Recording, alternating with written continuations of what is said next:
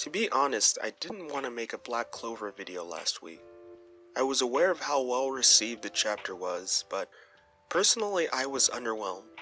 I was left with many questions that caused me to wonder so many aspects of the flashback we received. I felt that the final product would be filled with too much negativity and decided it would be better to wait and see where this was going before I made any judgments. I waited for 205 to release, and upon reading, I'm so glad that I did.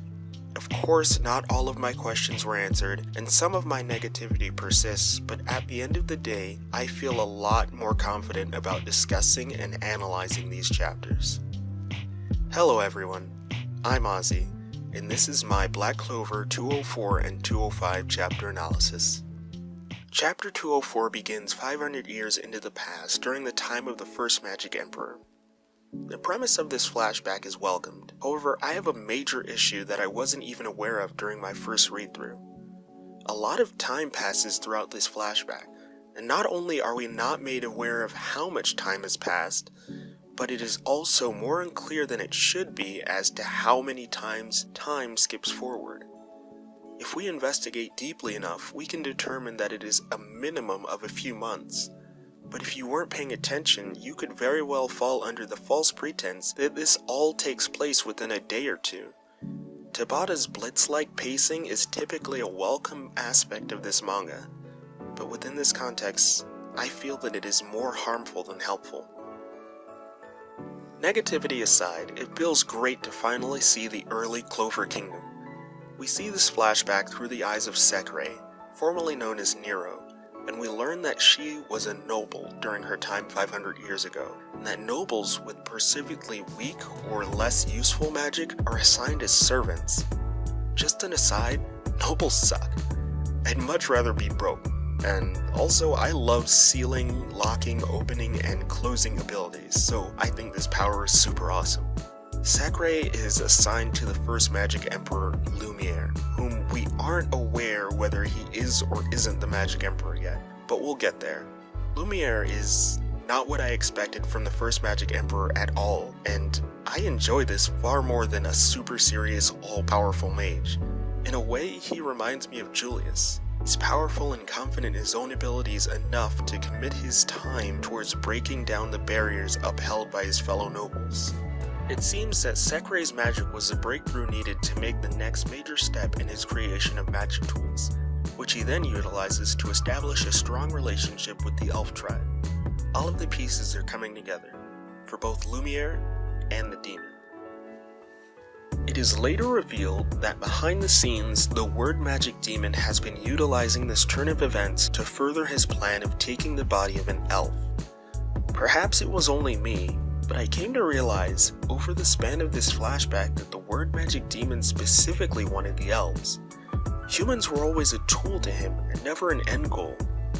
Maybe it's simply the natural level of magic power that we can assume most elves have, but we can also assume that nobles have a sufficiently high enough level of magic power as well. This very well may be explored further in the future if some current timeline characters retain their elf power-ups. The word magic demon uses the secrecy of the meetups between Lumiere, Tetia, and the elves to shift the blame of the elf genocide onto the first Magic Emperor, almost completely throwing Licht into despair, if not for his active defiance within his final moments. It seems that Licht is capable of using the magic stones in a sort of forbidden technique to transform himself into the being we had been referring to for years as the Demon King, or Demon God. We already knew that this was Licht, but we now know that it was not the same method with which Patri was transformed, but we'll get to that later when we talk about Secre in 205. The greater part of chapter 205 consists of an epic battle between Lumiere and Licht. As much as I love this sequence, an issue that I have with it is that we don't get a good grasp on exactly how powerful Lumiere is. We can take the speed and breadth of his magic and most certainly say that he is among the best, but I found myself far more impressed by the feats of Licht, Mario Leona, and Julius. Ultimately, Licht did the most damage to himself through the use of the magic tool, and Lumiere simply finished him off, and would have died from his wounds if not for being frozen in time. Fortunately, we'll get a better comparison as we watch him in the present, but I hope you guys understand where I'm coming from when I say I wish we got more. As the battle comes to an end, I came to a realization regarding a situation I wasn't satisfied with in Chapter 204. We're never given any indication for when Lumiere became the Magic Emperor. I believe that this moment wherein his people recognize him as their savior is when he was awarded that title. There very well could be more to the situation that we'll find out later, but this is what I believe for now. After this point, we find that Secre stops the word magic demon from escaping using her sealing magic.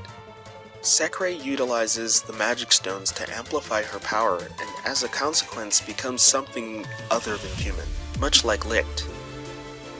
Whether she's half demon or anything like that isn't confirmed, but we do know that this is also the reason she became a bird. I don't completely understand the details, but essentially the word magic demon uses the power of the magic stones briefly to escape into the future. Secre then freezes Lumiere in time to prevent his death and preserve him for the demon's future attack. We learn that Secre has been protecting the Black Clover, which now belongs to Asta, and the flashback comes to a close. Patri, Yuno, and Asta have finally arrived on the scene, and Lumiere and Secre crash the party, bringing the chapter to an end. I had a few issues with this flashback, but overall I found these past few chapters to be fun. I'm much happier to be in the present timeline again, and I'm hyped to see what comes of this setup. But that's all for this week. I'm back doing Black Clover content again, and hopefully Papa Shueisha isn't skulking about, ready to strike. Thank you for watching and thank you for your patience. Until next time, Sil Sil.